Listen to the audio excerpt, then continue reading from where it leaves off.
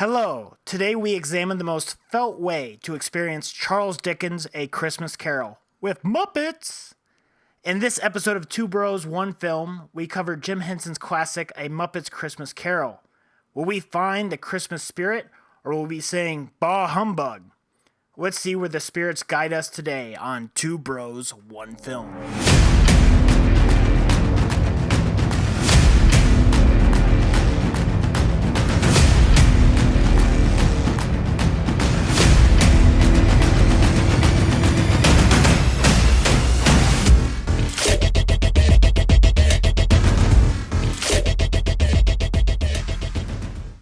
Welcome to Two Bros, One Film, your new favorite place for comedic commentary and brotherly banter on the films you love.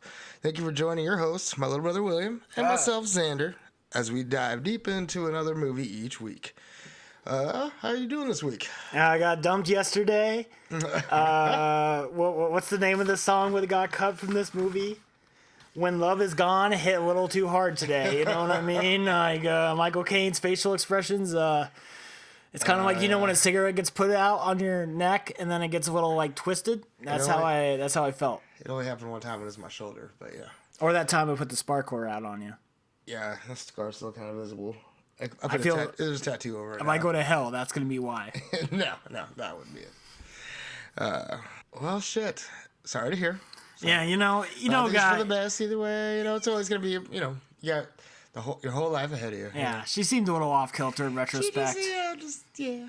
I mean, more distance between, from this situation, you'll be able to analyze it further, and you'll be clear on how the situation really was and how you felt about it, I guess. So, if any of you bros are going through a breakup around Christmas time, I'm your blood brother. You know what I mean? And we'll stay together. Yeah, forever. Well, aside from that. Anything else? Been plotting the next year. I gonna be on my Twitch is gonna be on a schedule, which has kind of been a really big problem. As much as you want to make your own schedule, it's really hard to build an audience when you're like, well, I'll stream at 3 a.m, and then I'll stream at midnight, and then I'll stream at 3 a.m. So now it's gonna be like 20 hours a week, kind of more of a radio show schedule. It's gonna be a single player game. XCOM, Enemy Unknown, my favorite game of all time. I can't wait to watch some XCOM. Gonna I'll be playing. Be tuning in for that as much as I can. Yeah, next year's Civ, but this year's XCOM. Oh, Civ 7 coming out soon. Oh yeah, that's why. I'm about to pre-order that bitch. Very exciting. Like on my next check, straight up pre-ordering that shit in a heart. Oh, I cannot wait, dog. Dude, 2026 is like stupid. I need to upgrade games. my PC a little bit. Like I need more space, and if I can still upgrade the RAM on it. I mean, it's getting old, but if I just a little more RAM, I think I'll be able to jam pretty hard on these. And with your Quest 3, man, you could play like all those VR games and stuff. Like shit would be crazy on your PC. Oh yeah. With the enhanced graphics.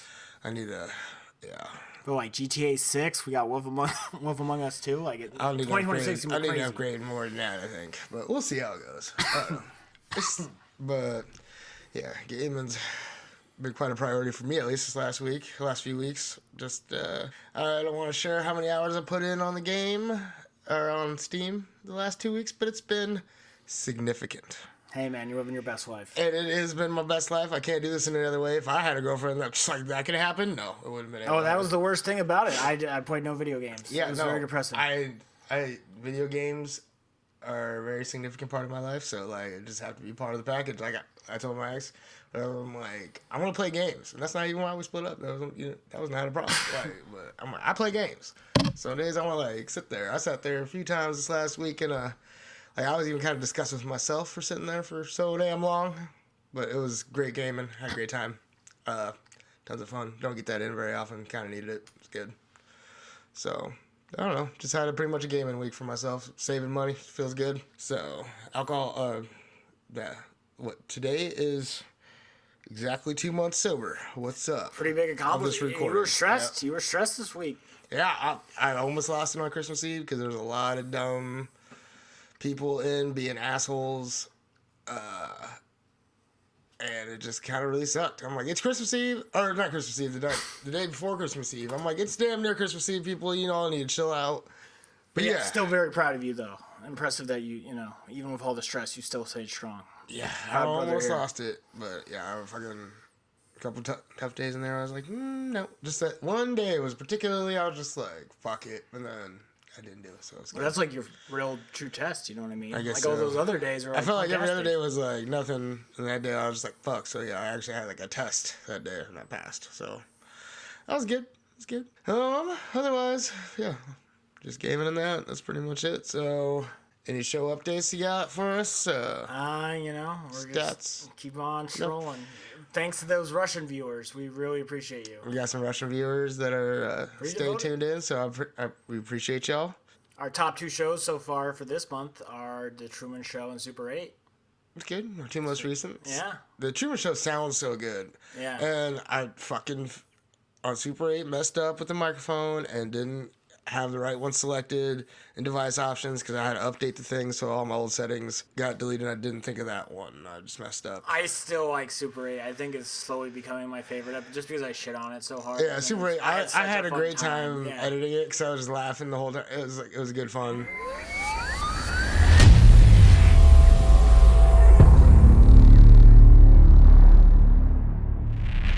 So, The Muppet Christmas Carol came out in 1992. It was rated G. It is an hour and 25 minutes long. It's an American Christmas musical film directed by Brian Hansen in his feature directorial debut, and the 4th theatrical film featuring the Muppets. So, I remember there's like the Great Muppet Caper. I can't remember the other ones, but anyway. Probably like Michael Caine's 90th film. Yeah, something like that. He was in 161 films from what I checked today. I looked him up. Yeah, I figured he had a huge list of credits. Dude, that's crazy to think about that he has more films than the Muppets. Like, probably like 10 to 1. Like, it's kind of wild to think about. Like, that dude is bigger than I'm sure the there's a Muppets. lot of, I mean, they didn't have very many movies, did they? Well, like, yeah, but so there's like 20 total. Muppet movies and he's been in 100. That's like 8 to 1, right? That's wild to think about how this dude is like. I bet box office wise destroys the Muppet. Like, the dude's in the Dark Knight. So. Well, speaking of box office, the budget was $12 million and the box office hit $27.2 million. They doubled their money. They doubled the money. I'm sure, like, though, like, DVD sales and stuff, like, Christmas time, I just think, I bought it on Vudu. Like, this thing's cool. I bought this on, Amazon, like, 5-6 years ago, something like that. You bought it, no, you bought it, like, every year. You rented it, like, every, and I just bought it on Vudu eventually, because I'm like, dude, you buy this movie every year. Well, I bought it for, like, reels on Paramount, or, Yeah. I mean, on Amazon a few years ago, and now I just have it there, so I don't lose it. Yeah, and then, let's see, directed by Brian Hansen, produced by Brian Hansen and Martin G. Baker. I've heard of him from something else, too. He sounds familiar. Stars, Michael Caine as Scrooge, Dave Goetz as Gonzo, Robert Marley, Bunsen Honeydew, Benita Cratchit, Rat, and Zoot, the voice of Zoot, I guess. So he plays a lot of different roles in this. Steve Whitmire, he plays a lot as Rizzo, Bean Bunny, Kermit, Beaker, Belinda. Oh my god! So Beetle, Lips, Pig Gentleman, like they're the really voice of Pig Gentleman. pulling double duty on something. That's really impressive. Yeah. Jerry Nelson as Tiny Tim, Jacob Marley, one of the Christmas presents, and something else. I don't know. And then Frank Oz as Miss Piggy, Fozzie Bear, and Sam Eagle, which I don't know who Sam Eagle was. Oh, he's the teacher. He's the teacher when he's in elementary. Okay, yep, okay. Thank you. But still, why? Those voices are very different, too. So that's even more impressive. Wow. A lot of talent right there Good for on that them. shit. Yeah, pretty cool. What you got for 6 sentence synopsis? I was basically gonna. I don't have one, but I was gonna do like. You son of oh a my god! bitch. You know, I'm a terrible human being. You like, are a horrendous Everybody say my human name being. in vain. Bah humbug to William. But I was just gonna do like basically explain the Christmas Carol, and this at the very end of it be like with Muppets. That was like my whole bit. I was gonna do with this. So it's just gonna be like an old man hates Well, then I'll just do mine. Christmas. That's pretty much what it is. old man gets visited by 3 ghosts. Old man turns his way around with Muppets. That was pretty. That was the bit. That's all I was That's gonna. basically what I got too. I got up at 5 a.m. I had to unload a truck today. It's been a long. I got broke up yesterday, guys. Come on, give me a. I'm using I'll that give card. You, I guess I'll give you a Use that pass. card. You gonna use that card right now because it's a one-time transaction only. Yeah. No, the card just burned up. All right. Well, mine pretty much goes as you explained it, which is a man is a dick. He gets visited by 2 old college ghosts that tell him he will meet 3 more ghosts. His Christmas past, present, and future come to see him. He goes on an adventure with chills and thrills throughout the night with these ghosts. Cat knocks over some more shit. That was kind of impressive. What was it? The squirt bot. Yeah. That was really loud. He goes on an adventure with chills and thrills throughout the night. Wakes up to see he didn't miss Christmas. Spends the rest of the day redeeming himself. That's pretty much it. Yeah. I didn't get creative. Usually that's your department. No, and I was the unmost creative. That's all right. There's a perfectly reasonable or valid reason for that. So, hey Hayden. So, I don't know. Anything else before we jump in? No, that's pretty much it. Well, I just want to say this is one of my favorite movies of all time. It's my favorite Christmas movie. Like, everybody else talks about, like, Miracle on 34th Street or that one where he shoots out his eyeball. Oh, yeah. I forgot. A Christmas Story. Yeah, I don't even know. It's just like, yeah, those are cool and all, but then nothing touches this. I think It's a Wonderful Life. Wonderful Life's good. I think it's fantastic. That's Jared's favorite, isn't it? No, yeah, it is. I've watched it many of times because of Seven I've watched Fact. it with him once or twice. And I'm like, I think that movie is a true classic where it's like, that movie was made in 1949 and I think it still holds up. It does not feel like that old of a movie, and it should. Dude, I've been watching some of these old things like on, what is that? Peacock or something like that. Yeah. I was watching something, but it was, just some of these oldie stations and things, and they have a bunch on Paramount. This shit, a lot of it holds up still. Yeah. It's like kind of like, I don't know, just weird how. But it's like, isn't that weird though? Because like it seems like a lot of stuff doesn't though. Yeah. Right? So it's like a weird. Like, was the writing that good, or this show happened to maintain? Yeah. So it's just like to me that movie is like a true classic, and I love it. I love it. My other favorite Christmas movie is Gremlins. Gremlins is a good one. I like Gremlins a lot. Yeah, I watched it a couple of Christmases ago. That's the last time I've seen it. I guess, with that said, let's jump into this. Analysis and commentary.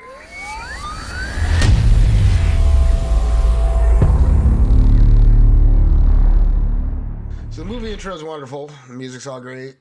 As we're flying over the city, what clearly seems to be like a miniature city set, which is, I love it. It's not like, CGI or anything like that. It's like an actual fucking, it's real. I love it.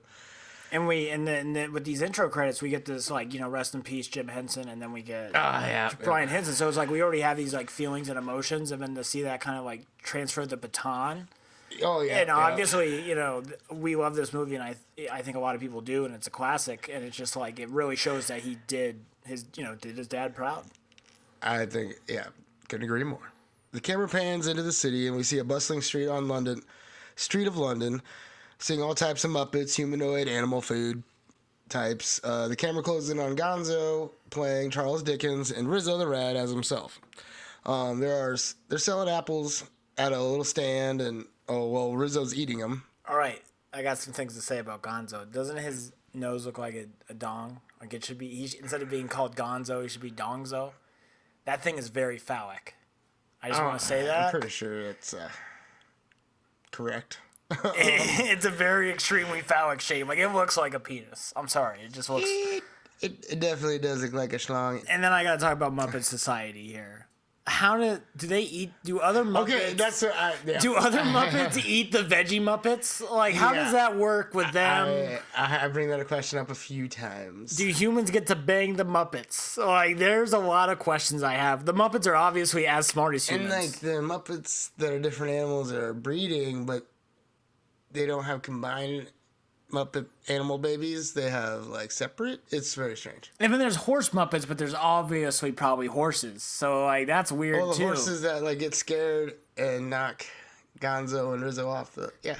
So, like, how's that work? There's horse Muppets with horses. There's a lot of redundancy here. And there's, like, a Muppet that looks an awful lot like a human, but it has, like, a really long nose. I don't know. It's so is that a hybrid? Like, there's a lot of... I just couldn't go through this whole thing without asking some Muppet Society questions. I had some fundamental questions as well. Like, especially the hybrid ones. I'm kind of curious about that. I don't know. Just look in the crowd. You'll see some strange Muppets. Even like Kermit and Miss Piggy. That's and they have a pig. but they have like 2 frogs and 2 pig babies. Wouldn't they have like a frog pig and a pig frog? Oh, I like to think it's just random in the Muppet universe. Like you spin a wheel and you either get pig or frog. They wouldn't combine though to have some new weird. Like, but this is Muppet laws, man. This is a Muppet universe. So, like we don't know crazy how. Muppet universe. Yeah, like how it works. You know, like vegetables talk in this universe. So it's like VeggieTales up in there. You know what I mean? We don't know the laws or the rules. So, yep, I have those same exact questions. So they're selling apples. Rizzo's eating them. And then Gonzo's the narrator, and he kicks the story off with the Marleys were dead to begin with, which is basically how the book starts, but was only one guy, the Marley was dead. We're business partners with a moneylender, Ebenezer Scrooge, played by the glorious Sir Michael Caine. When Gonzo calls out his entrance exactly to Rizzo, Scrooge appears around the corner, which cues our first song, the Muppet Christmas Carol OST, Scrooge. It's a banger, man. I love this intro song. It's got the vibes. It's got the feel. Blows, it chills you, chills you to the bone. Yeah, and the singers are just so good in it. And then midway through the song, we see these tiny little Muppets like up on this like roof thing. Sucker for the mini Muppets, like the tiny little dudes. Love them. And even the vegetables don't like them. Funny. Just hysterical. See, and like those vegetables, were they not like part of the apples that were there? I mean, I know Dude, they're I'm like saying, cabbages and shit. Very strange. Are they sibling? Like, do they fight? Because here's a question I have: do the horse Muppets? Like when they're pulling in the beginning, they're like that one is screaming like, "Oh, I'm being stolen! Help me! Oh, help me!" Why would he want? He's out for self-preservation. Is he though? Because he wants to be sold and he wants to be sold and eaten. Like, yeah, exactly. Too. I had that question. Yeah, like it's so hard to think of. It really does hurt my brain. Okay. Those poor little Muppets getting eaten. Very strange world. Did you finish that thought, or did I interrupt you? No, that was okay. Oh wait. There is like even worse for mouses at some point, and I'm like, shit rolls downhill, little buddy. Shit rolls downhill. I was just like mice, but then he says mices later. It's just there's some grammatical errors in there, but you gotta make a rhyme, so it's cool. Except for my perfectionist ass, I just couldn't allow it. I'd have to find a different word for writing scheme. Oh yeah, then sorry, I keep looking at the nah. I guess yeah. Such a funny hard cut, like the nah. Yeah. And then also we have Muppet Puppet Inception in this movie, where during the song we see a Muppet have puppets. Oh yeah. So like that's a Muppet Puppet Inception. That's crazy. Do you think the Muppets are superior to puppets, obviously, because they don't have strings? Yeah. But they still have to have a hand inside of them. That's kind of crazy thought. Think about it from the human perspective. There's a guy with his hand up the Muppet, but the Muppet is also having the Muppet's hands inside the puppet. So that's like a three-layered control, man. It's like a Russian nesting doll of like puppets. Yeah. So like a Muppet Puppet Inception. Good spot on that one. I was gonna just brush right over that. Cool song, fun stuff. The song introduces Ebenezer Scrooge, describing him as mean, cold, lonely person who hates everyone and everything. The Muppets sing about how Scrooge has frozen his heart with years of being alone, and how he's the worst of the worst, the most hated and cursed, and every day and every way he's getting worse. Or a couple lyrics from the song.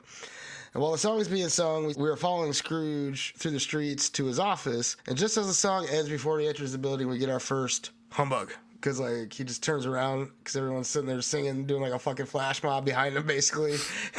And he turns around, and they're like, oh, shit, and scurry off, and he humbugs at him. Think about it this way, though. If these Muppets are fucking busting out music every single day on your way to work, you probably would be tired of it. You're so sick of it. And I looked it up. Michael Caine was 58, and I'm going to assume Scrooge is 58. 58 years of fucking Muppets singing at you, I'd be pretty pissed off, too.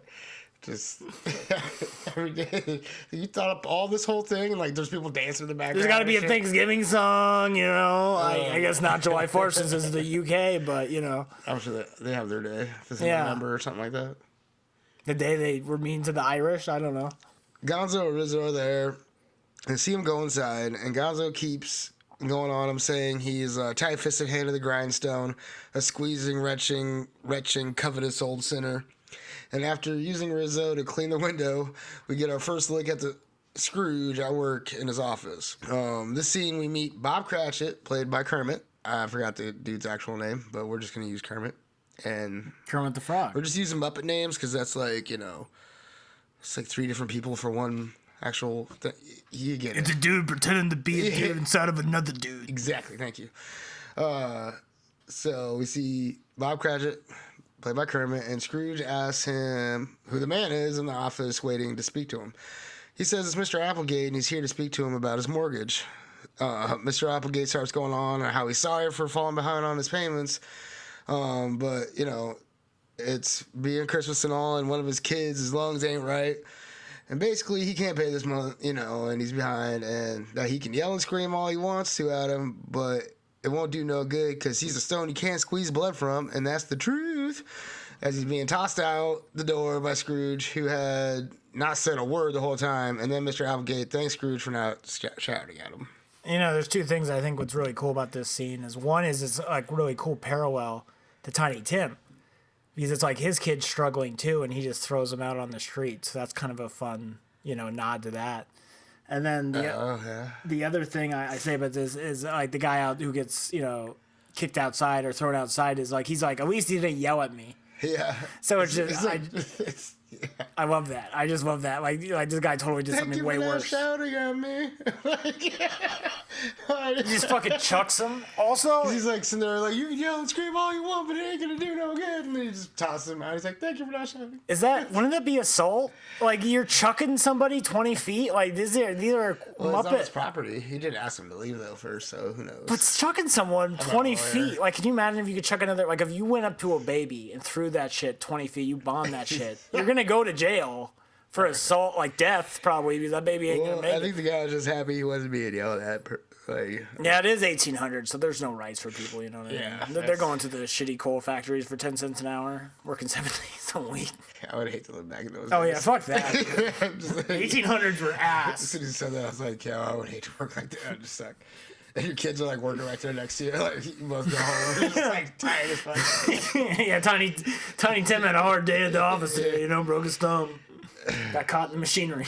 That's why he's sick in the first place. He's got he's working in the factories. After slamming the door shut, the rat staff of bookkeepers that was watching the incident zip back to work, and Scrooge turns back towards his desk. On his way, he tells Mr. Cratchit that he wants to deal with the eviction notices for tomorrow. And Bob's like, tomorrow? Tomorrow's Christmas, sir. And Scrooge is like, very well, you may gift wrap them. Then proceeds to pass Cratchit this huge stack of eviction notices that even Bob mentions, like, how? Well, there's quite a few today. And the rat staff go up to help Bob, and they end up crashing with the stack off screen. Scrooge starts talking about how Christmas is a busy time for their profession. People throwing parties and feasts, spending mortgage money on frivolities. And I had to Google what frivolities was just to make sure, And frivolities is a lack of seriousness or lightheartedness.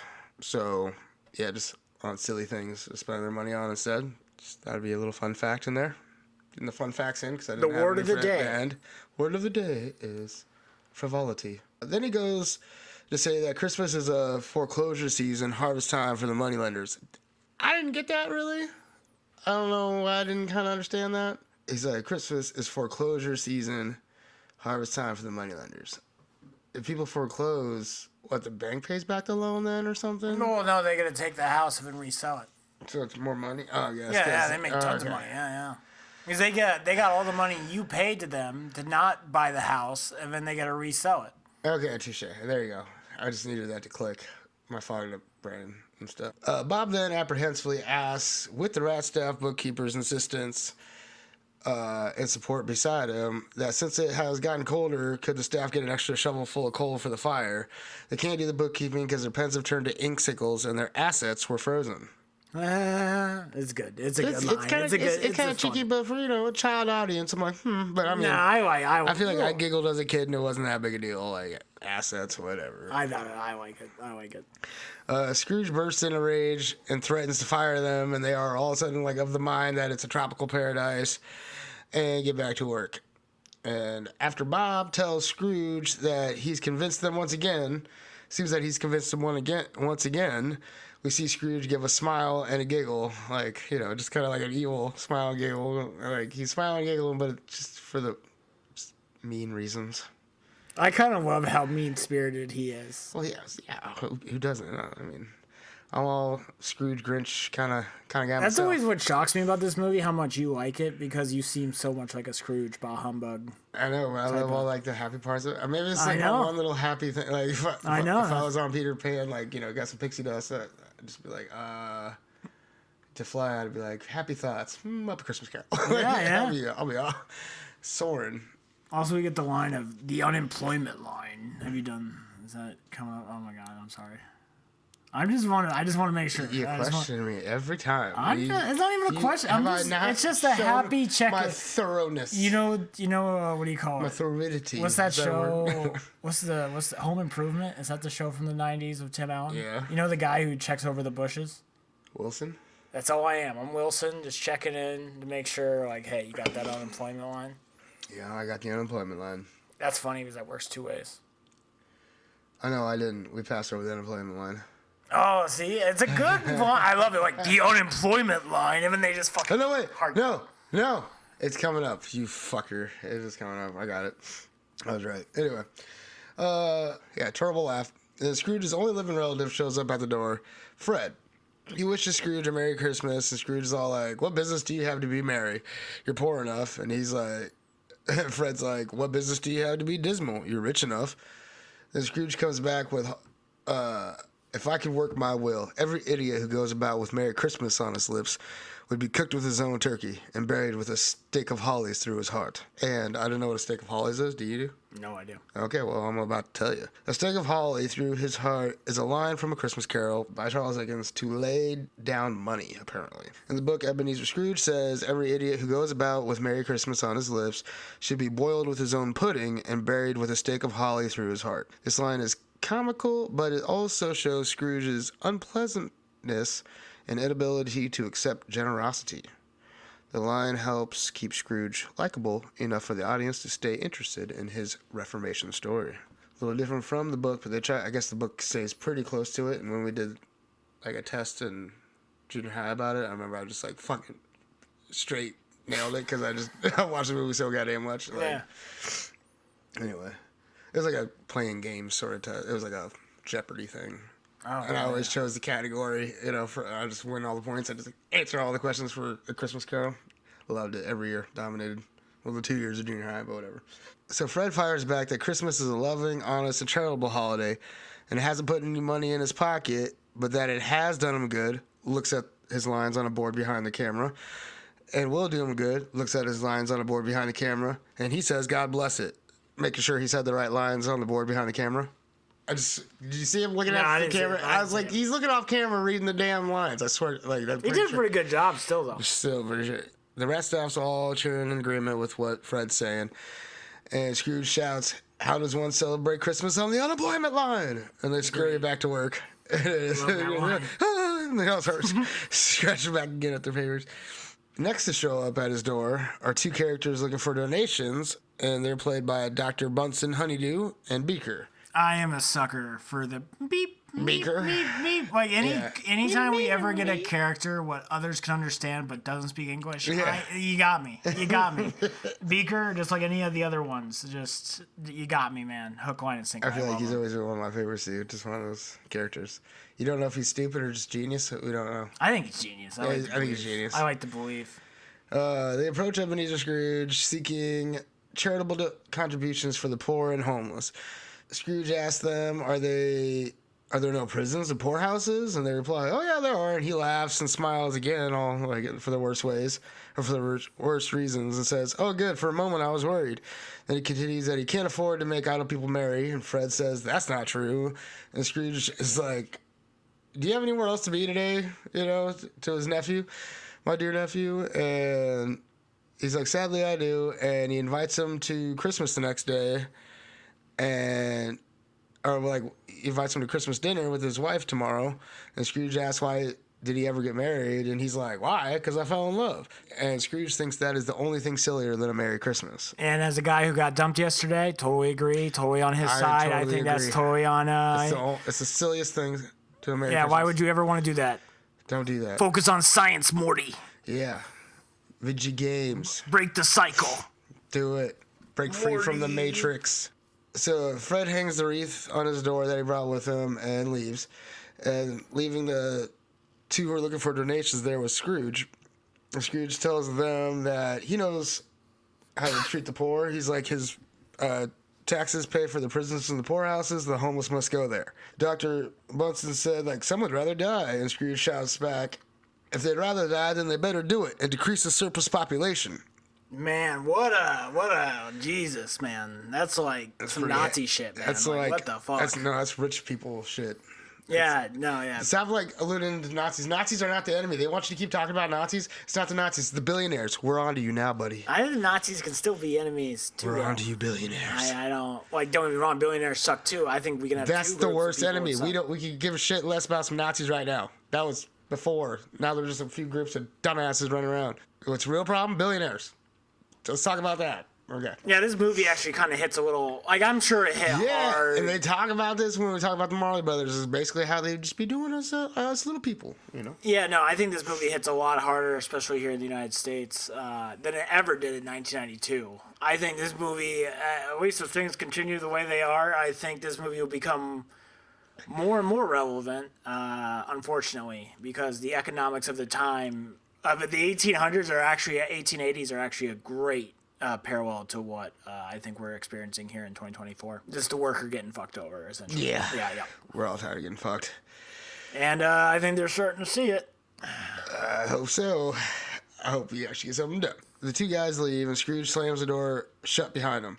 And like just a moment later, you could hear singing, and Scrooge opens the door back up again, sticks his head out, looks left and right, doesn't see nothing, and finally looks down at the little caroler, Bean Bunny.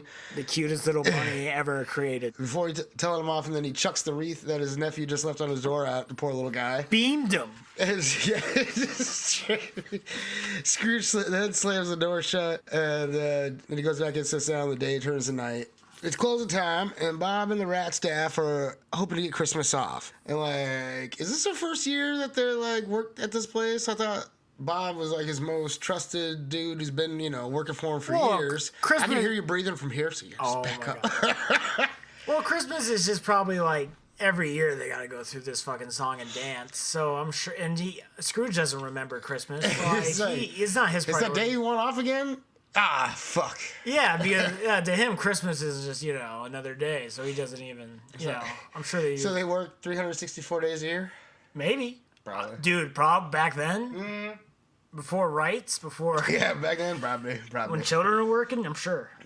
Work before dawn, work well and who after. knows about puppet rights? We don't. Maybe that's why he only employs puppets, because they don't have as many rights as humans. Who knows? Oh, are the rats puppets? They are They're totally puppets. Okay. They're 110% puppets. Like, I know they're like puppets, but like, are they supposed to? I don't know how to explain it. I think the puppet creatures mimic. A Muppet's different than a puppet, because I don't know. Oh shit! Yeah, I was dropping the hard P. Yeah. See. Yeah. No, they're Muppets. Like I see. My big question is the mice Muppets live in walls just like normal rats. So do they choose to do that because they're so small, or are they trying to rip off actual mice? Like that's a whole weird because I think they're like role playing because I think they're just as smart as any other Muppet. They're role playing as mice. Like, but yeah, so there's a lot of Muppet lore questions, especially with the Muppet mice. The Muppet mice open a lot of doors. Yeah, it's really strange stuff. They're like the furries of the Muppet universe. I wouldn't go that far. They didn't. I just did. So they're asking for the day off. I'm like, this seems weird. Like they have to, if they've worked there for a while, they just feel like he should be expecting this kind of thing. It's kind of one of our few like feel good scenes. I feel like before all the ghosts. Yeah, he's like take the day off. Well, he's like, what's customary? Like he's asking, like he doesn't know. Yeah. So like again, is this his first rodeo? I guess then has he never had like a staff before? Well, maybe Bob Cratch is like the first. Well, I guess he's been around for a while though, so it's like. Mm-hmm. You can't just be like, oh, he's a new guy coming in and saying. But maybe. So I'm saying he just got his office like in this last year, and he got his own staff this last year. Or I got a theory. What if he never asked for it off because like he's like, fuck it, Scrooge isn't gonna give me it off. But now like my son's gonna die. Probably. I better get Christmas off because it's going to be a bummer if, Tiny Tim is on his last leg here. Quite literally on his last leg. So, he's like, fucking That's fine. terrible. That's terrible, but, it could be true, though. The last leg thing. That could explain it. The last leg. Yeah. I came up with that on the fly. I'm proud of that. I like that one. It's terrible, but I like it. But also in the scene, when he's talking out loud about it, and you hear, and he's like, oh, maybe not, though. Or when he says 8:30 or some shit, and you hear all the rats go, I love that. That's just that sigh of shit. He's gonna make us come into work the entire day. And they're like, Yeah. They're like, no, that's the frog's idea. I love that. I love it. It's so funny. It's so funny. The little interaction between them all, yeah. What proves that Bob Cratchit, real G thug in that office. Sticking up for his boys. Anyway, it takes him some convincing, and Scrooge reluctantly allows them the day off for Christmas. But they got to be in an hour earlier the next morning. Goddamn it. Then we go into the closing up montage and song One More Sleep Till Midnight. Or One More Sleep Till Christmas. Excuse me. It's not on the soundtrack album, though. I was, checking out the titles on YouTube's, and it wasn't on there. I don't know if it's, maybe just the YouTube playlist I found or whatever, but I didn't see it. Kind of salty. Anyway. Nice little scene, though, of them closing up. There's just little cutesy things happening, and I don't know. It's cool. It goes from them cleaning and locking up to the street where they do some ice skating at the Penguins' Christmas skating party before Bob walks on home. Most impressive. This is the moment where I'm like, this is so impressive for being puppets. All the motion going on here, and it's just so flawless. I just love the humans mixed in with it too. Yeah, I always love seeing that because you saw some humans hanging out watching and whatever else. I just love that intermingle of humans and puppets and stuff. Is really dope. So yeah, they're doing the skating party and stuff like that. They're all having a good time, and then they split up, and Bob's walking on home alone, and we see the little Bean Buddy sleeping out in the street with a newspaper blanket. Depressing. Super sad, poor little guy. Sad time. Holy crap. If that isn't a tearjerker, I don't know what is, man. That makes you feel some type of way. We see Scrooge getting home from work, and he's going to unlock his door when the knocker starts to transform into Jacob Marley's face and screams, Scrooge! And horrifying. Can you imagine, one of your old friends just shows up as your room number or your apartment number? That would be weird. That'd be horrifying. Shouts Scrooge's name, then disappears. The incident spooked Gonzo and Rizzo's horse, and they fell off from the wagon. Rizzo breaks character and calls him Gonzo instead of Mr. Dickens. And he's like, Charlie, are you Hoyt? I just love the fucking accent and everything. And then Gonzo just sits up, sits straight up and goes on to explain that Scrooge liked the darkness and it was because it was cheap. But what happened at the door, forced him to light a lamp and check every room. I don't care how poor I ever am. I'm never going to live in the dark like this. Fuck that. That's fucking stupid. I'd be so pissed off all the time trying to find shit and just falling over things. Fuck living in the dark. Well, that's why you have to keep your place clean and just know where you have shit. I can pretty much navigate my place in the dark unless the fluff tars move something around, which they do often. So he's checking every room, and then Rizzo interrupts Gonzo and asks how he knows what's going on up there when we're down here. I am a sucker for the the character who knows everything. You know what I mean? The character who knows all, the narrator and stuff. Yep. They say storytellers are omniscient. Yeah, omniscient like that. Yeah. But it's just cool. I just like the idea of a character who knows everything, what's going on in the story and stuff like that. It's a very fun thing to play around with. This is how I learned what omniscient meant. Yeah. And I just love it. It's great. This came out in 92, so I was 4. I was -4. I probably saw it when I was 6 or something that I can recall. I might have saw it sooner, but I don't know. Okay, after Scrooge is done searching, he fixes himself a plate of what looks like cheese and bread and is sitting in front of the fireplace eating when the doorbell rings once. He's all looking shook and stuff at it, what the fuck? And just as he goes back to eating some more, the bell begins ringing many times in a row, just going, and then all of a sudden it stops, and then the fire goes out. And then from the stairwell, Jacob and Robert Marley pop out. Cool effect. Cool, the smoke and everything, the lights kind of flashing down below. Love it. It is nice. And then Scrooge looks at them and, they pop out. They're oh, they're talking oh, look, it's Ebenezer Scrooge, blah, blah, blah. And then he turns, the chair and looks at him, and they're just sitting there just kind of like wiggling, but not saying nothing, staring back. Like that's for me, just like still kind of like an eerie. Yeah. It's that whole thing that I was talking about that other time where they just sit still, staring. You know, that shit kind of creeps me out. Anyway, so he's like, "Who are you? And don't you recognize us, Jacob Robert Marley?" He's like, "That's what I see, but I don't believe it." And they're like, "Why do you doubt your senses?" And he said, like, because any little thing can affect them. A slight disorder of the stomach can make them cheat. That's full of shit, right? Like, a piece of corn in my stomach can't make me see. I mean, back then, you just kind of fall out with all kinds of weird sicknesses because whatever. Well, they didn't have any idea yeah. They're like, what the fuck is this polio shit? Like, my son's been paralyzed. We'll go get some raw cut of meat from the fucking butcher downtown, like carry it all around after petting some dogs and stuff and shaking 5 people's hands. We'll still hang on to this raw meat by itself, and then we'll let it sit on the counter for about 4 hours. So I guess in this indirect sunlight, and so maybe not true for us in the modern day, but maybe in the 1880s it was. Yeah, then they slice off a piece of it after they cooked it improperly for like too long or too short, and then they eat something. Yeah, it's gonna make them a little sick and probably a little queasy and a little dimension-y. Back then, probably cooked with a lead spoon and a lead pot.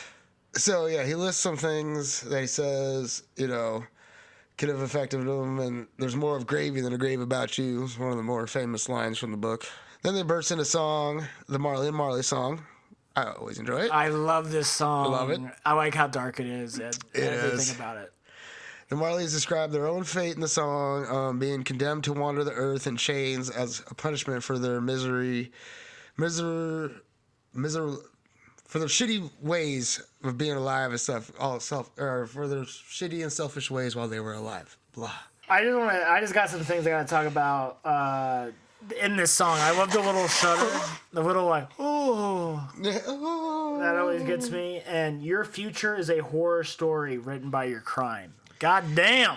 God damn. You're doomed for all time. Your future is a horror story written by your crime. That's so good. Your chains are forged by what you say and do. I love it. It's so good. So good. Like, that's like a good warning song. Like, your chains are forged by what you say and do. So, like, the more you're shitty you are, the more you say, like, that's bad and do that's bad. The more chains you got. It's good. It cuts to the point, and it's just well written. And it makes the Muppet Christmas Carol really kind of stand on its own beyond the book. I think so too. Yeah. And then at the very end of this song, we get like all those chains like choking them out, and I'm like, that's really dark imagery. And, like they get like choked out. And then like comfort, like what is comfort in this hell we've created for ourselves? You know comfort. They sing about their misdeeds and how their hearts were frozen their hearts were frozen by their greed. The song serves as a haunting reminder to Scrooge about what might await him if he does not change his ways. At the end of the song, the chains are pulling them back to hell, I presume? But before they vanish, they let Scrooge know that he's going to be visited by 3 spirits and expect the first ghost tonight when the bell tolls 1. So they vanish, and then the flame returns to the fire, and all is well. Or all is as it was, at least. Rizzo and Gonzo are outside, and they're trying to get a better view. Rizzo's on top of this iron gate and is afraid to jump because he's scared of heights. Gonzo says he'll catch him, don't worry. Like, after a prayer, Rizzo jumps off.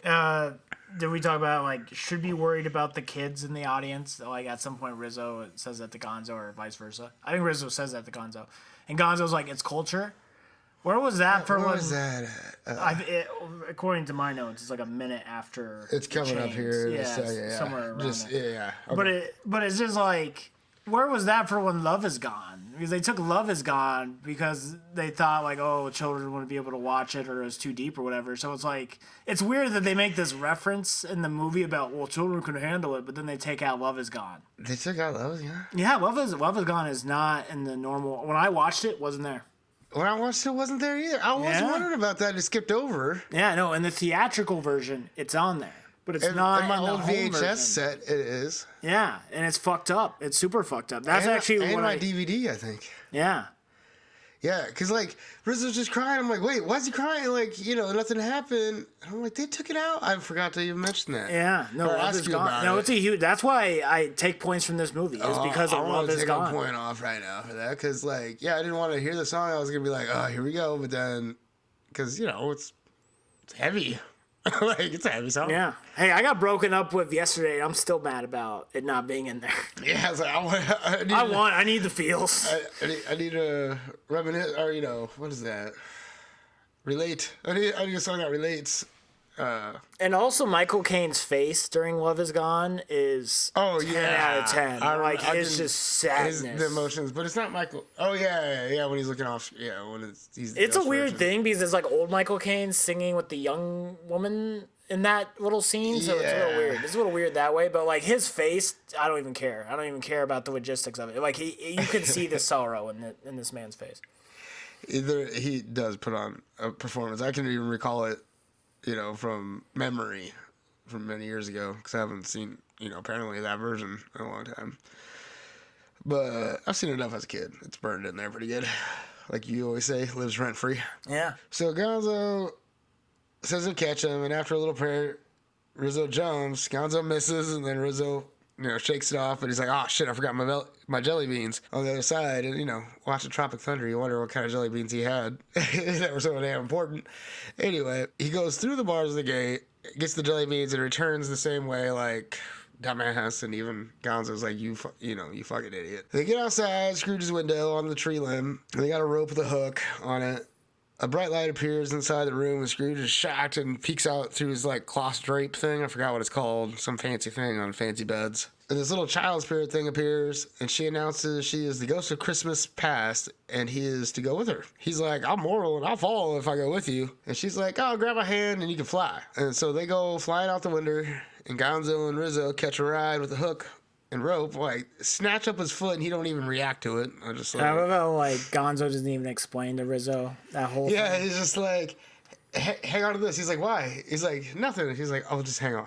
Like, yeah, I don't know. It's always a cutesy fucking funny thing, and just getting knocked around the city top and then the forest. It's funny. Drug all through the forest and shit. After they're flying through, you know, old London, through a portal into the past, they land in Scrooge's childhood school. Scrooge is noticing his old friends and classmates running around. He's trying to say hello to them, but nobody's, you know, responding, and the spirit explains that they're in the past and can't see or interact with him. I just love then it kind of like pans to the inside of the school, and they're going through the shelf, and you see Gonzo and Rizzo sitting on the shelf.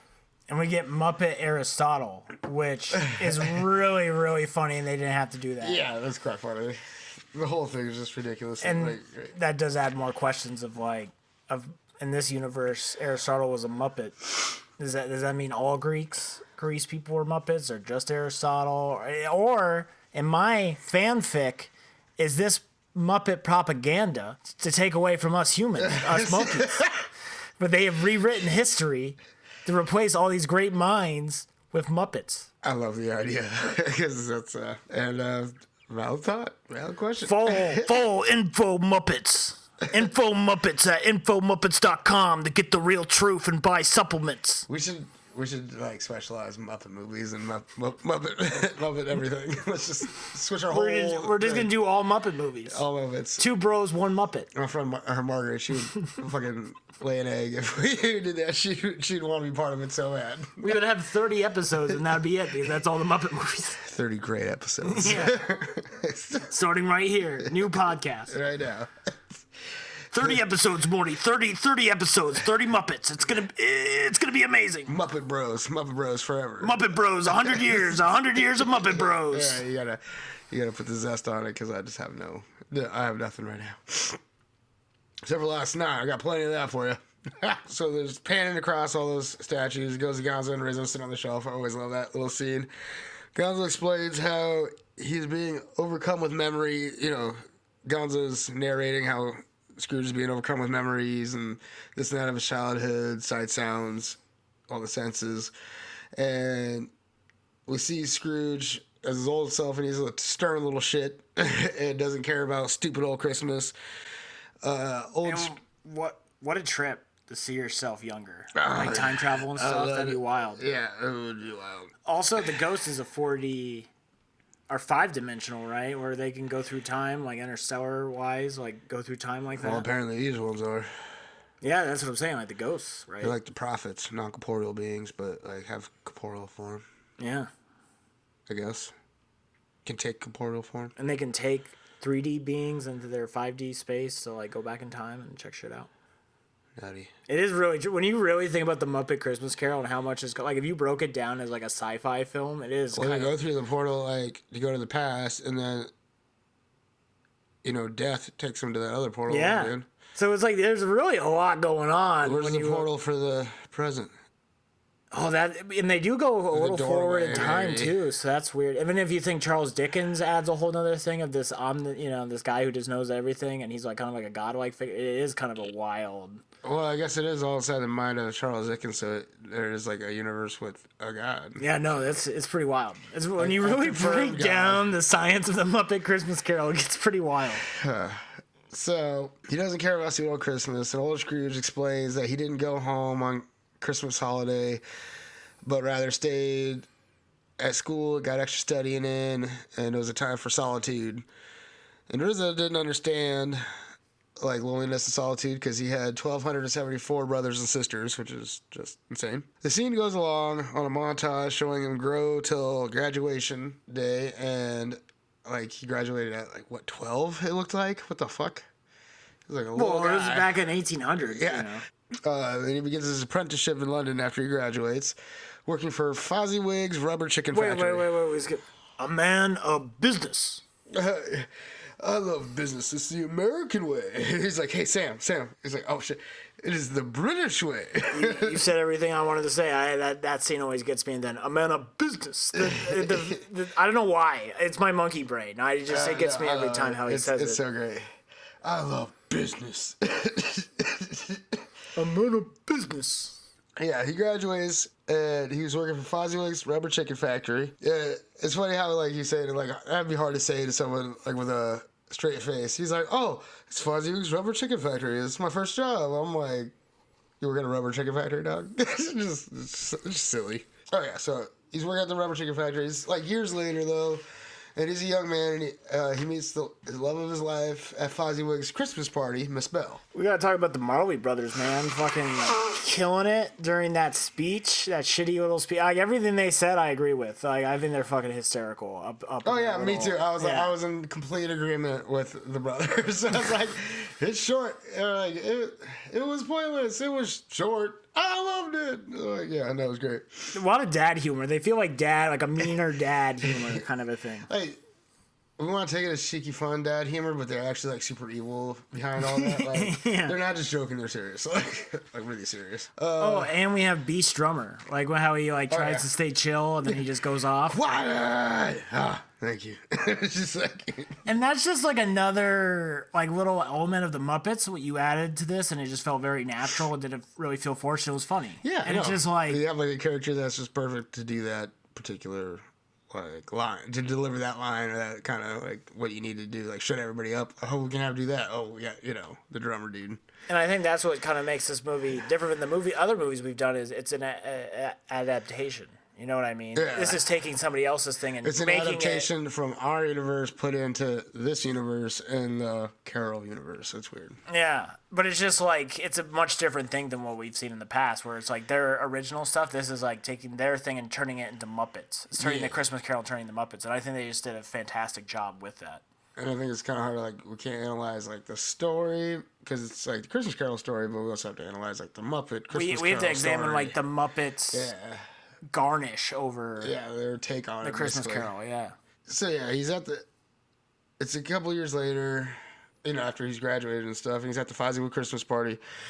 He meets Miss Bell, and after a quick, wonderful speech, the party begins. And Rizzo's checking out the food, warns to never eat singing food, or his mother warned him to never eat singing food.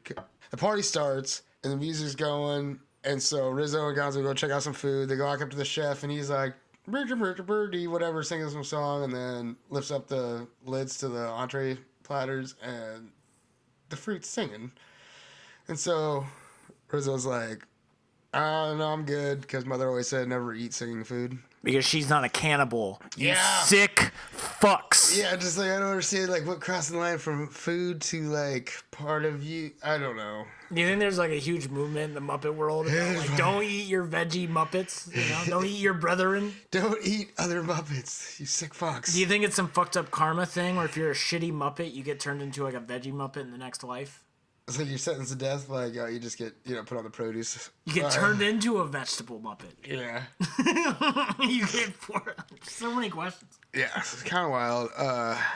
Okay, so he meets Belle and stuff, and then the ghost takes them all to like a later Christmas, a few years later after that. And Belle and Scrooge are out talking on some walk or something like that, and basically she's all like, "I want to get married."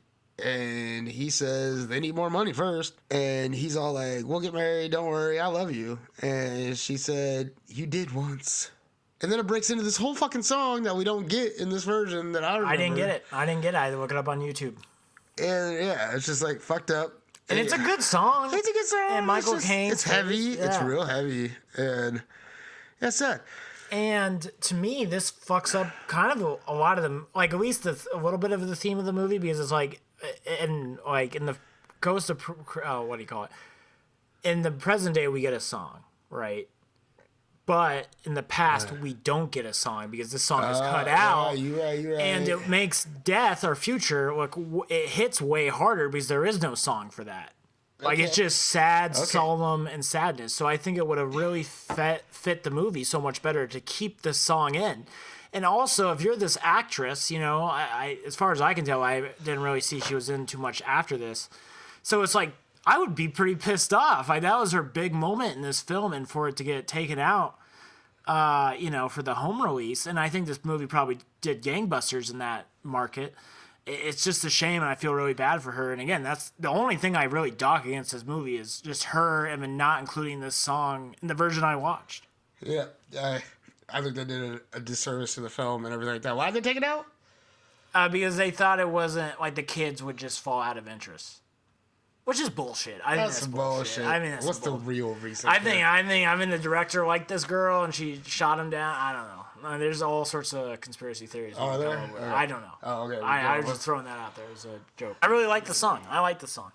When I listen to it on Spotify to get prepared for this, and it's on there. It's on the playlist twice for some reason, the official one. They're really watching it. Really watching it. I feel like that's like almost they're making it up to her. Like, fine, we'll put you on the Spotify playlist twice, all right? So we're sorry, all right? We were having a bad. We forgot to put the scene back in for the DVD release, all right? We're sorry. Oh, man, okay. News to me.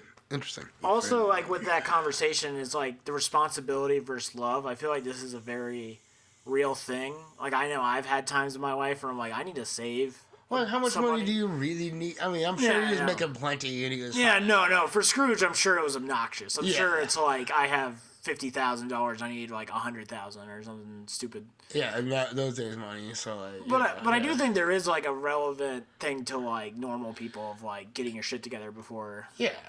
So I think that's kind of like, and especially back in those days, it was a different structure. Like she ain't gonna be working or anything like that, so he has to make sure he has enough to cover everybody and the family that he's gonna have and shit like that. And I'm guessing to live at a certain quality of life, and shit like that. So I could see kind of where he's coming from, but also I just thought it was a fun, interesting way of like how do you apply that to your life, and I do think it is a relevant-ish conversation people have, especially before getting married. Straight up. And so she walks off, and it's like because now he loves money more than her, or something like that, or his job more, or it's just because like I don't know how she's looking at it, like she's just doesn't agree, so she walks off. And after seeing Rizzo, after the song and everything, Rizzo's all sad and crying. And we see Scrooge all asking the spirit, why is he showing this to him? He doesn't want to see anymore. And he sits down and puts his face in his hands. And then the world around him, transitions back to his bed. And, super dope looking. I really like that transition. All the effects in this movie hold up. Yeah. And I think for fucking, 92? 92. That shit had to be expensive as fuck, dog. Back in 92?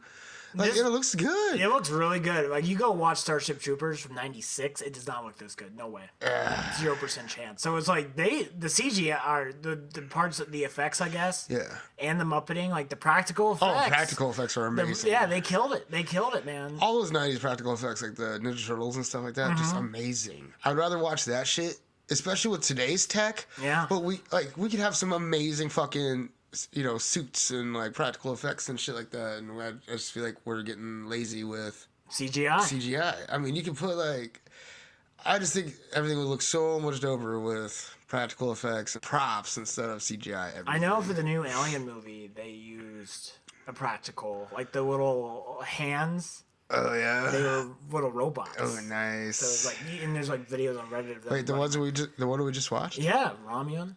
That was Romulus or whatever the fuck it's called. We can't tell you about that when I cover it one day. So yeah. So yeah, he transitions to his bed and then he just lays down, and then next up it's 2 a.m.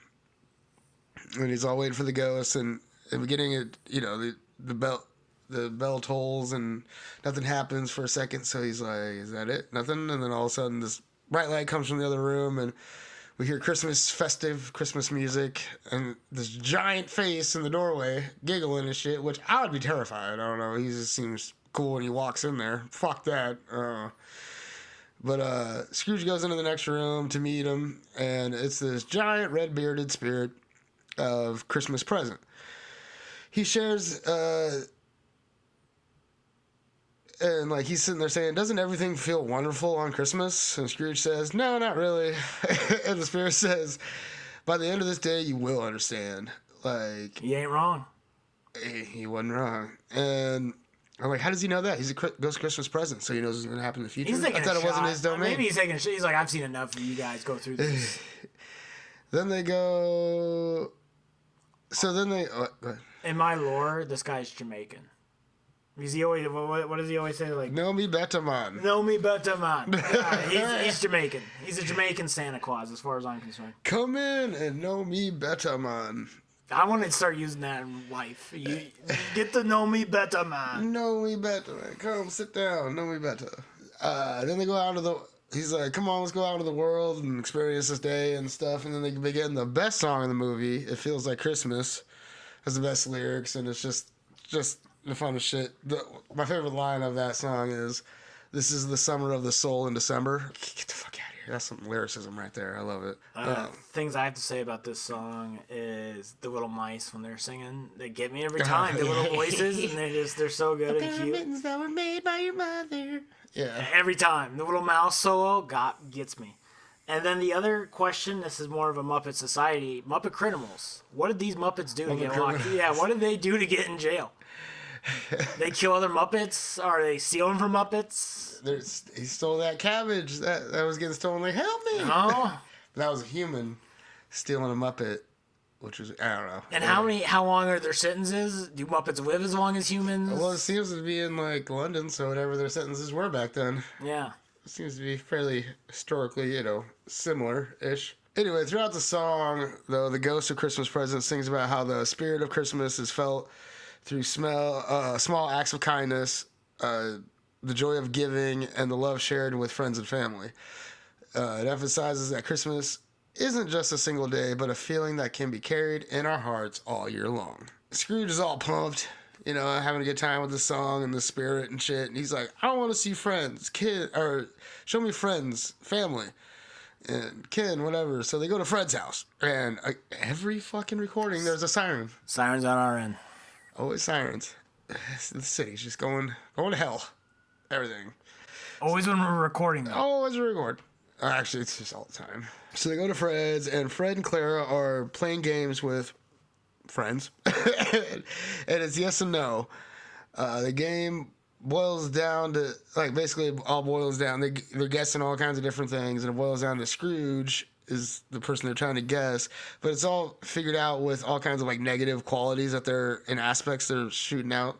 So sad. This one hits me, I think, the hardest. It's just just to get shit on by your nephew so hard with all these people around. Well, that's what they say. You eavesdrop, or you be careful what you wish for, what you want to hear, because you probably won't like it. Yeah, and then when he starts guessing too. Oh, yeah. Oh man.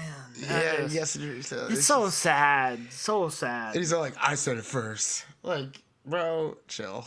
I kind of like it. I like how much he gets into it. But yeah, Scrooge is upset after he hears them basically trash talk him and everything, and everyone's laughing, having a good time at his expense, and he wants to go. So next, they go to Bob Cratchit's house, and Scrooge sees they go up and they're like looking through the window, and he's seeing that they're preparing for Christmas dinner. It's like a meager feast, and Tiny Tim is sick. Tiny Tim, more like tiny tuberculosis. Is that what he had? I thought it was like No, I don't know. I thought it was funny. I thought it was funny hours ago when I wrote that. It was like a joke, like he's a little sick boy, you know? Like just a dick name to give him. Terrible.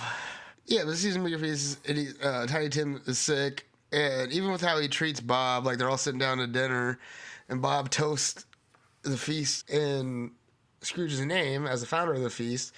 Like, could you be a better person, Bob? Really? You know, this dude treats you like shit all the time, but you still like toast the glass in appreciation for, you know, having a job and being able to provide for your family. So, gosh dang, good for you.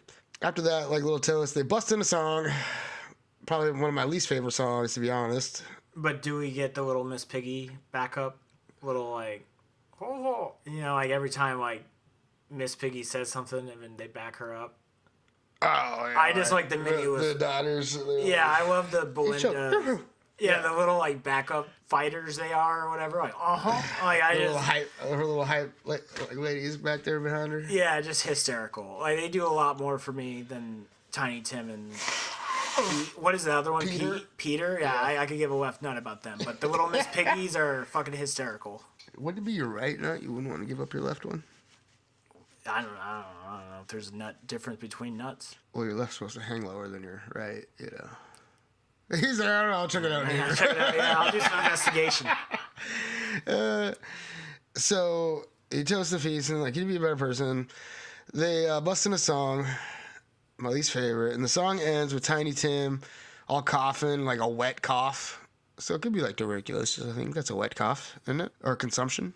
For my joke, I'm gonna say yes. Okay. And so where am I going? Yeah, we'll make it work for you. And this reminds me of a quote, this whole Tiny Tim thing.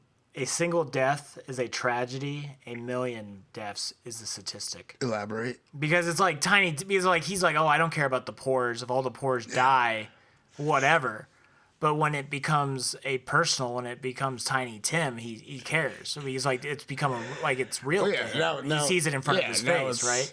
So like one death is a tragedy and a million is a statistic. Now I love it. That, like, you just had to like relate it in there. Yeah, like, yeah. You just kind of set it out there. I'm like, well, gotta elaborate on it. To me, that's like just how a lot of humans are on issues. Like when it's far away, where we can be very. Can give a fuck. Yeah, who can give a fuck? But when you see it in front of you or it relates to you, it's all of a sudden very real. It's very serious. Somebody help me. Like, well, now nobody gives a fuck about you because you didn't go, help no, you didn't give a fuck about that. It's like that old thing where it's like they go for your neighbor and you said nothing, and now they come for you. And nobody gives a fuck. What you guys say? Yeah. Yeah. The song ends with Tim coughing like that wet cough, and Scrooge is like, "Timmy gonna die, ain't he?" And the ghost is like, "Oh, that's the future. That's not my domain. But yeah, he gonna die though. Probably. He gonna die though. I ain't no doctor. I ain't no doctor by any stretch. I don't see the future because that ain't my domain. But he gonna die. That little motherfucker ain't got long. Yeah." And Scrooge is all saddened, and the ghost is like, if he gonna die, he better do it, though, and decrease the surplus population. Oh, I love it how they flip it on him. So good. And hearing his own words from another's mouth from a different perspective, he saw how wrong he was, when he said it originally. The ghost is looking all old now because he's the present. The present doesn't last long, so, of course, he's going to die out. Fucking awesome. Yeah, it's really a very well, written idea. Yeah, awesome. Good thing to add in there is awesome. And the ghost and Scrooge walk to some old churchyard, and the ghost fades into Christmas lights and leaves him to the ghost of Christmas that is yet to come.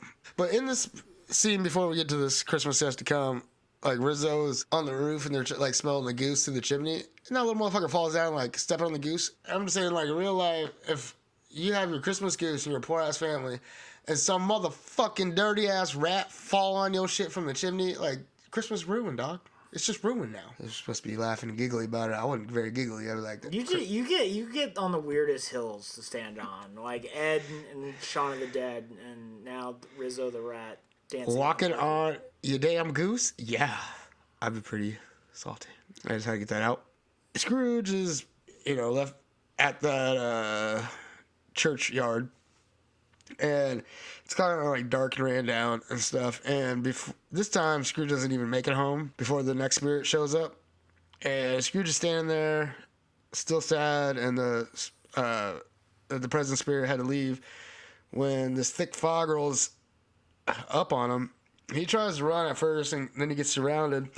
Once the fog clears a bit, the spirit of Christmas yet to come is standing there and looking a lot like Death of the Grim Reaper. Dude, yeah, right? That's what I was going to say. He's Death, right? Like, come on, he's It's Death. gotta be Death. Also, horrifying. As a 28-year-old man, I'm horrified. I remember as a kid, I was just like, oh, like, just the music, boom, boom. And you don't like how things sit still. He doesn't say anything. Yeah, he just a scepter. Then he puts up his hand. Yeah. But he's also kind of like my favorite now. Nowadays, he's my favorite. Yeah, no, sure. I got a nice big fat tattoo of him right there. Did the Marley Brothers count? Oh, that's a good question. What's your favorite ghost? Do we say ghost or spirit ghost, Christmas ghost, or whatever? Spirits, I guess. I want to say Marley Brothers. I like the Marley Brothers too much. I would love if they just wanted to roast me all day. Sure, go for it, guys. Yeah, I'd probably hang out with those guys all day. That'd be awesome. And they got money, so you know you're gonna party. Yeah. They got ghost bucks. They got ghost bucks. Once the fog clears, the spirit of Christmas says yes to come. Standing there, looking all like the Reaper. Scrooge is like, oh shit, all right, let's do this. I'm ready to go and learn with an open heart and all that jazz that he just learned from Christmas Present. And what a nice change of pace, because there's a point immediately applied his lesson, like his joy, like he's already, riding this high, but he's like trying to keep it going. But it's cool because like earlier in the movie, he didn't want to get shown anything more. You know what I mean? So it's kind of a cool little transition. Like he's like, teach me, show me your way. He's like, show me no more when it got bad, but like now he's like with death, and it's probably what's this guy? Yeah, and he's like, all right, show me what I got. Let's go get it done. So that is true. He's already on his way to redemption. Also, I got two just out there questions for just in general conversation. Would you Christmas carol yourself? Never. You never would want to go through this? Fuck no, I wouldn't want to. Oh. Like go through it. I think I meant like caroling. No. Like no, the three ghosts or four, I guess, visit you. Yeah, I'd like to go. Visit your past, the present, and the future. This is like fucking therapy, dog. Oh no, for sure. Sure. Free therapy from some spirits, and it all happens in a night. Fuck yeah, sign me up. I'm in. Yeah. It could help out a lot. Who knows? I don't know if Christmas would be the best date to apply, but I'm sure there's some other date you could apply. You do like Halloween, the ghost of Halloween, or your birthday or something. That'd be kind of scary though. Who knows what the fucking death of Halloween looks like? Something wonderful and beautiful, I'm sure. I bet it's gonna be like the headless horseman guy, whatever. What is that guy? The jack-o'-lantern? It's not Jack Frost. What is that, dude? I don't know. He's from the olden times. Somebody will know. And then another thing is like Scrooge's age. It's a little late to be doing the whole salvation thing. I guess I looked it up. He's 58. Why not? It's never too late to redeem yourself. I think that that was my other argument for his age. That's why he's so old. Is that at any age you can redeem yourself, kind of a thing. Well, you also have to pump up the story that he's lived a whole life of being an evil dick. Yeah, that's true. No, yeah. So if he's a 25 evil dick, okay, he didn't do much damage. He just got going. I don't know. I just I could see another way how it's like he can save his relationship and stuff. You know what I mean? So yeah, he's all ready to go. Go with the spirit and get through this lesson. The spirit leads him to a vortex goes up on a vortex, and they walk through. Super dope, like little effect. I thought even for the 90s and shit. Still holds up. Yep, still holds up. Trippy. And they come up on some pigs talking in a street in London on a rainy day, and they're talking about someone who had just died, and they're kind of being mean about it, talking shit, joking about him, and wondering what he did with all of his money. And Scrooge is like, "What are they talking about? Who do they mean?" And the spirit's just sitting there not saying anything. And then the ghost leads him down, points down an alleyway, some dark, scary alleyway, and some ugly little creatures are down at the end of it, going over some loot from a house they just ransacked, I'm guessing. Yeah. I don't think they bought it on a property auction or anything like that. No, yeah, I'm pretty sure. Sounds like they went in there. Yeah. It's kind of shocking that he doesn't recognize his own shit. Your blanket? That kind of looks like my pillow. Yeah. Oh, that's weird. Oh, it's just anything like that. Mm-hmm. I think he's just in denial of the whole thing. He knows. For sure, yeah. So, they're checking out the loot from that house that the pigs were just talking about. And Scrooge suspects it's about him, that it's his stuff, but he's, still trying to, still in denial a bit.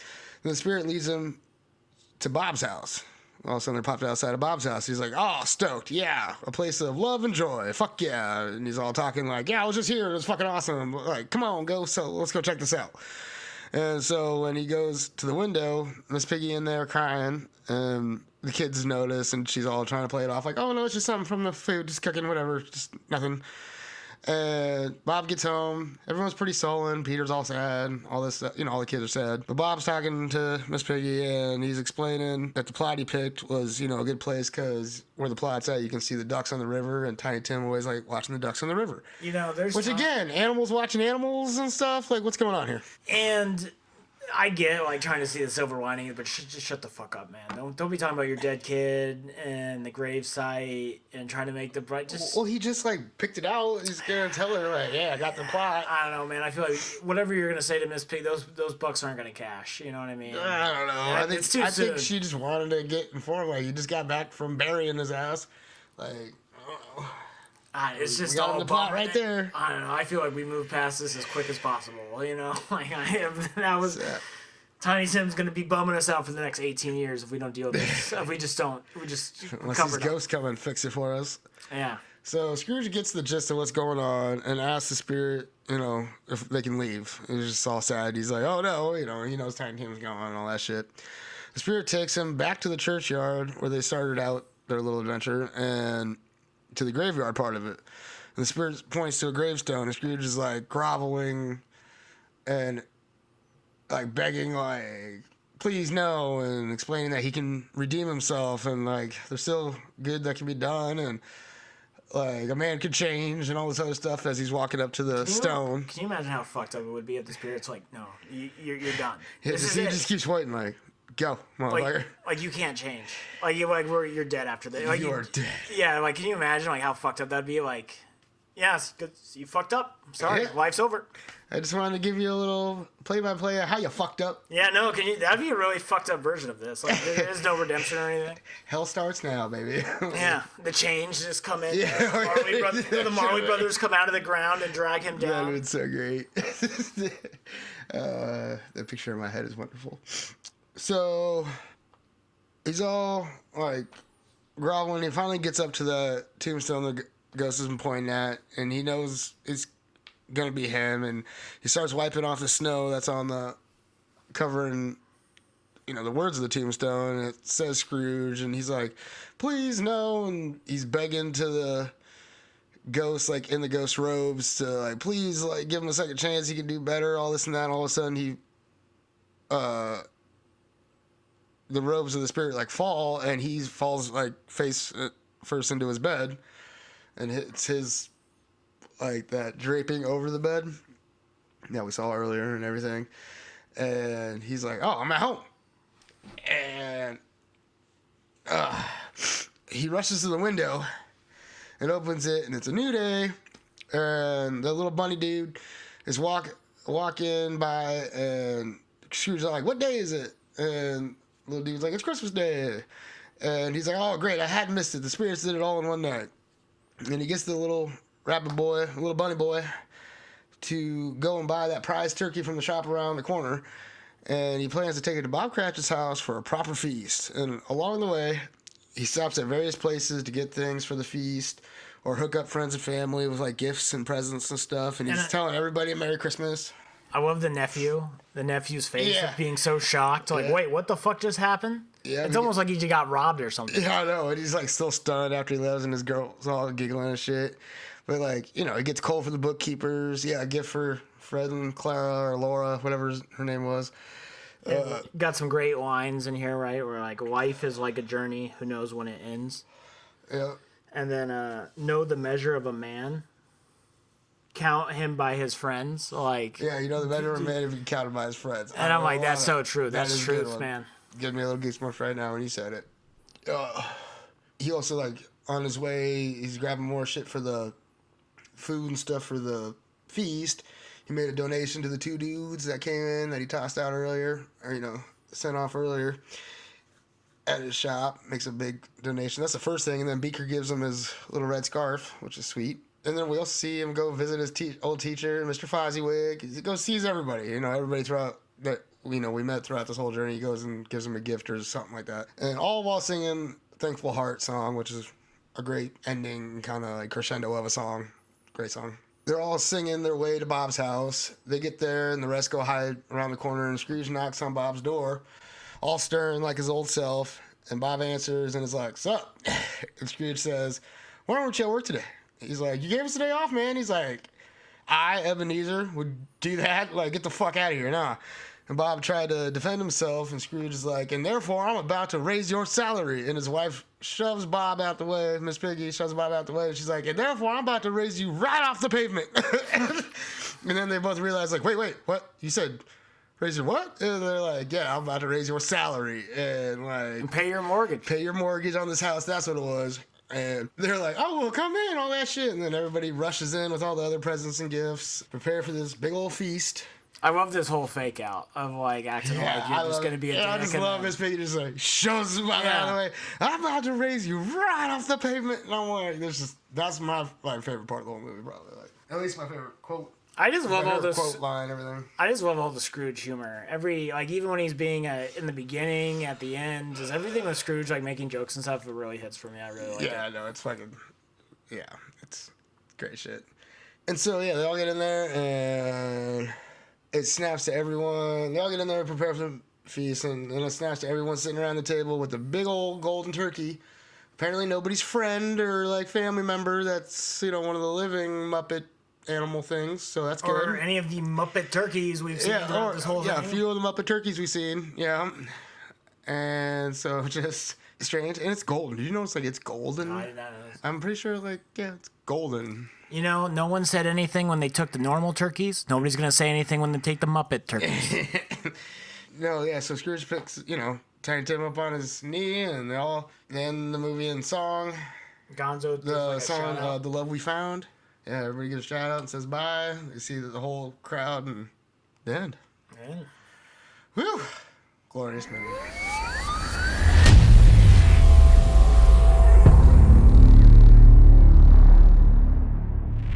So, what'd you think and thoughts, feelings overall? I'm gonna come on really positive this movie. I watched it twice for this, and I enjoy it just as much as I ever have in the past. The only thing I really knock it for is, when love is gone. I think it's a tragedy. I feel bad for the actress. I think it does hurt the movie because I think it would kind of help, make it differentiate the, future part to the other two. By having a song in the first two and then not having it in that third part, it would really make it even darker. And just not having it really hits the movie hard, I think. I think that's a very fair and legitimate assessment. That's it. That's all I had. There is a universe where I watched this movie today, Love Is Gone is in there, and it's 100. Yeah, 100, yeah. And when you make that point, I'm right there with you. So, when we get to the ratings part, we'll go over that a little more. Yeah. I same. Loved it since the first time I saw it when I was I have no idea, 6 years. So for over 30 years now, I'm fucking loving this movie. Watch it every year for Christmas. Had to be our first. Had to be our first Christmas movie. We're a little late on the release. I got screwed over with work last week, so sorry that's, a few days late here, but whatever. A week late, but still the season. So, but otherwise it's fun. With the whole thing, missing that part threw me off when I was watching it earlier. I was like, did I forget? Did I make this up in my mind? No, there was a song for sure. And so that could have been one of those. What's that called? The Mandela effect. That could have been one of those. Oh yeah, it could have been Mandela effect. Yeah. Or it could have been Can you imagine a false memory. I didn't know. If I didn't know it and we didn't have these facts, we would have just been like, "Do you remember this song?" Yeah, we're just going off of this whole thing. Yeah. And everybody's like, "These stupid idiots." Yeah, these dumb motherfuckers. They're living under a rock. I guess you haven't really watched the Muppet Christmas Carol, have you? They turn it on you. Nobody can test my steez on these Muppet Christmas Carol. I know this shit. Yeah, but great all around, I guess, to finish that point out. Love Muppets. Muppets are great. Love it all. Questions, concerns? Not right now. My question concern is, what is an edible Muppet and what is not an edible Muppet? Yeah, no, what there's has a soul, what doesn't? Like, Yeah, what are Muppet Criminals in jail for? say it one more time. Muppet Criminals? Criminal. I don't know why I can't Crim say Crim in alls. Ols. Criminals. Criminals. I don't know why. I can tell. Sounds like you're saying criminals. And I'm I like, promise English is my first language. And I was born and raised in the Midwest. I promise Dan you. are bad as Dan. Yeah. Criminals.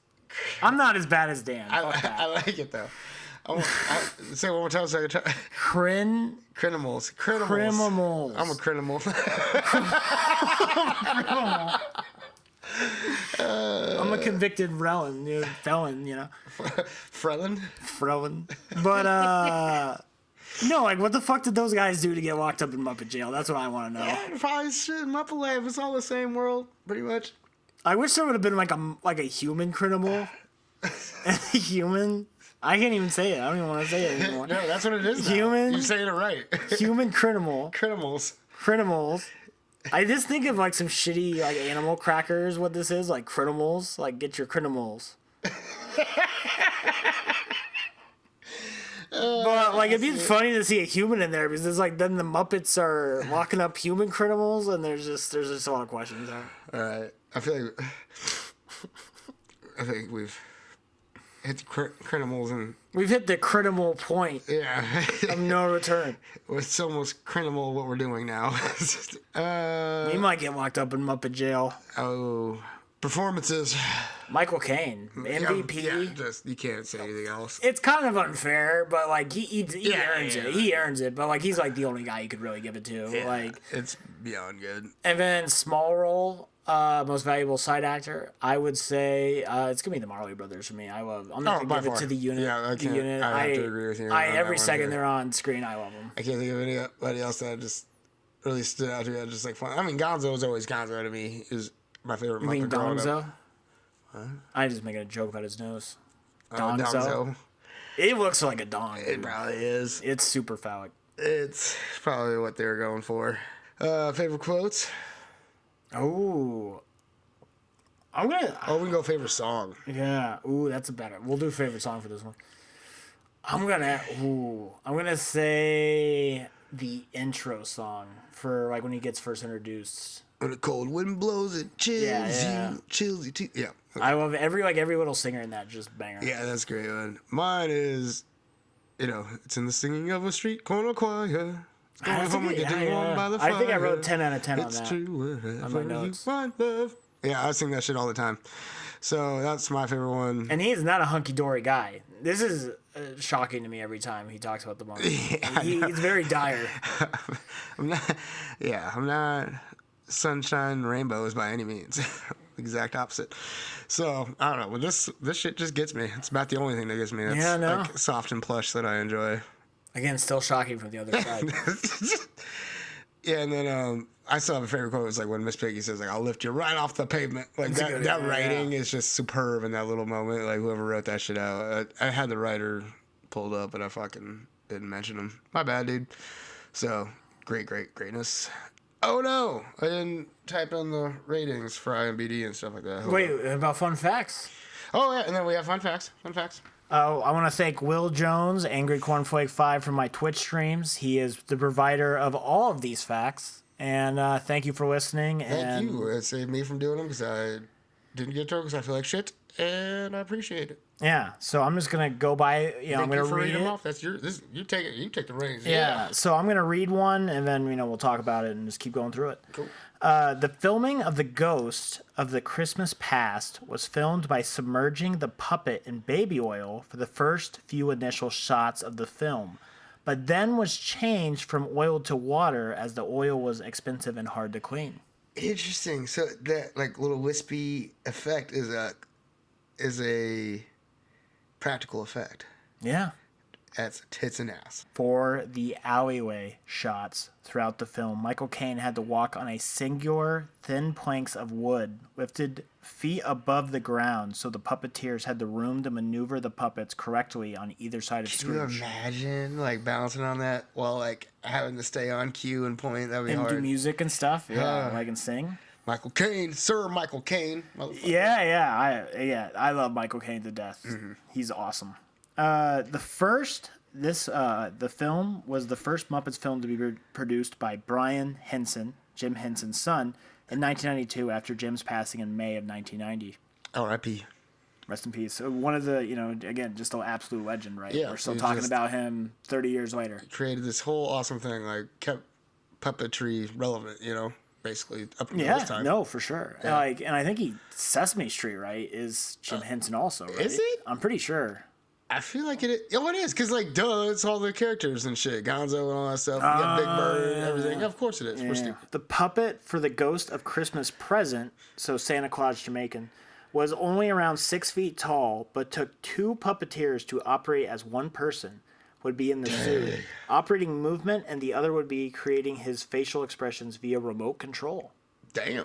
That's some pretty tricky work. Yeah, that's pretty crazy. See, I'd rather have talent going behind my effects than just a computer algorithm, I don't know.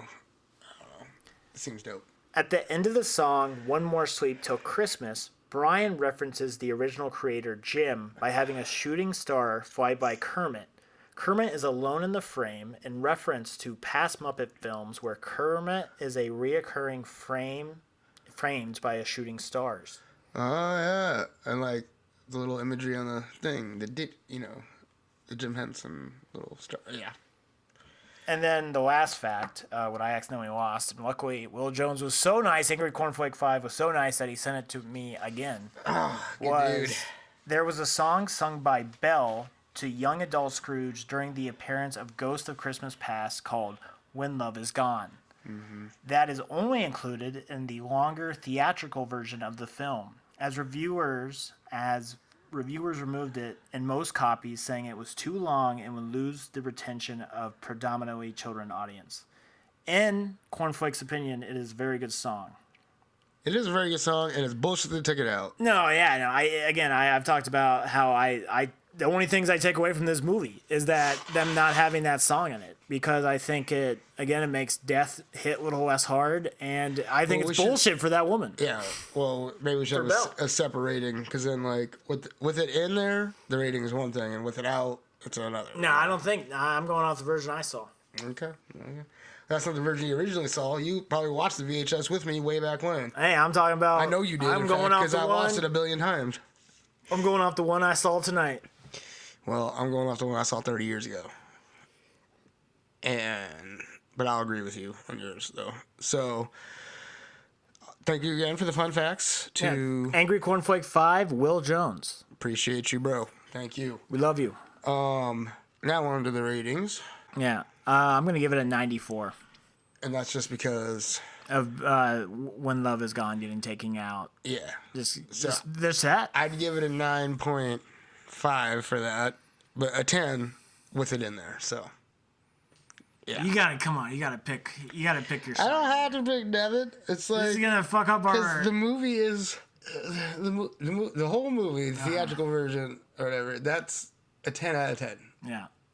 Maybe. I'm just saying, you gotta pick one here, because this is gonna fuck up our whole lore, because every other movie we have a solid... Okay, I'll split the difference. Not quite the difference, 9.9. All right, 99. 99 and a 94. So that's I think maybe our highest rate. I think that is our highest rated movie. This is the greatest movie we've done. So we've had some great movies, but this one's just perfect. And it's just also personally sentimental, So yeah, I can vote that way. And I will admit, it has a little less hill to climb, just because it's an adaptation. Yeah, it doesn't have any of the logic holes we can throw into the Truman Show and whatnot. The fact that it's Muppets really gives it a lot of leeway of I can't poke those holes here. Yeah, it's just a good time. It's just a good time. And we're just going to talk about the ride and yeah. And even some of the other some of the Rizzo stuff doesn't really hit with me in the transitions. But the movie isn't made for me. You know what I mean? And those the transition stuff. Most of those hit for me. I don't know. Some of those. Don't get me wrong, but there's a couple of them where I kind of wish it would just jump to what Scrooge was. I could totally see a 60-minute version of this film where they cut all that Rizzo shit out. And you just get the Scrooge stuff. But, overall, it's a classic. I love it. And Yeah, it's a good movie I will watch every year for sure. Oh yeah, every year it's getting watched at least. It's on my Spotify. At least too. 4 times. I watched it twice this week, and then 3 times this week, and then today. Yeah. So yeah, 4 times I think I got it in. And a quick movie is like an hour and 25 minutes. Yeah, well, like with that song in there, it'd been like an hour and 28. Like what the hell, dude? Yeah, It's not even that long. It's not 3 even minutes that will long. kill the whole movie. Yeah. Get the fuck out of here. Well, you fucking assholes. Whoever made that call, fuck that guy. Dumb fucks. IMDb rating was 7.8 out of 10. That's pretty good. Yeah, it's hard to please those fucks. Yeah, Truman Show's like 8.2, so like good for the Muppet Christmas Carol, like really right there. I think it should be higher though. Yeah. Rotten Tomatoes gave it 81%. Certified fresh, apparently. Yeah. And yeah, so I guess We're a lot above the hotter on bar. it. Yeah, we're 'cause, way I mean, hotter I on think it. it's sentimental value too for us and shit. So I just think we're what sticks too, you know, like Charles Dickens would have like this because it's a Muppet. yeah, we're not critical. We're just having fun again. With Yeah, it. we're just enjoying it, you know. If there was some shitty plot hole or just terrible produced, then yeah, we'd have something to say. But I think it was all done very well. The effects still held up. Everything just Yeah. flowed. The music's the acting great. was superb. Everything. Just I can't think of anything wrong. I just love it. It's perfect. So that was fun. It was good. Yeah. Knocked that one down. Another one in the books, baby. Yeah. What are we doing next week? District 9. Oh, it's District 9 week. Oh, I can't wait. This is gonna be good. This is gonna be good. And then I haven't seen it so long too.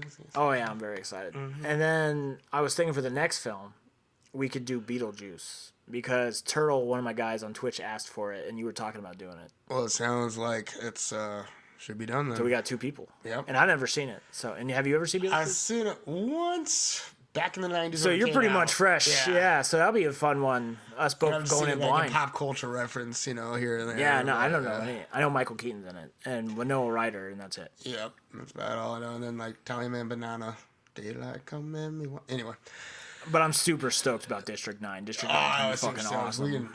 I'm gonna try not to do it right beforehand, and actually, I try to at least watch the movies. One of them Yeah, is I'll just to watch like soak it in, and what's the it on? second You time have it is- on. No, we're gonna have to look into that. All right, we'll I'll figure it out. I'll rent it or buy it. I'll rent it. We'll figure it out. Yeah, it's fine.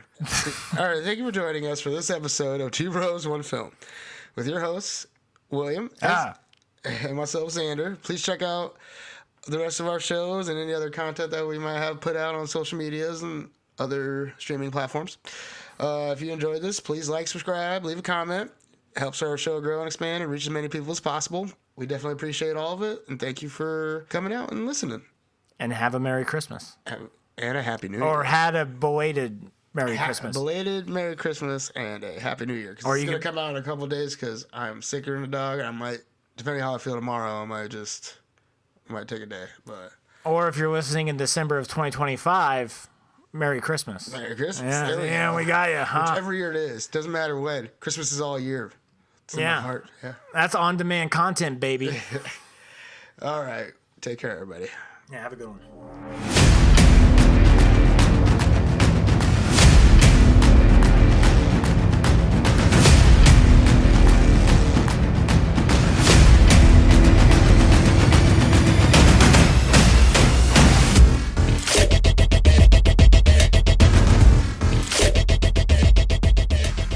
But you gonna die. That little motherfucker ain't got long. Yeah.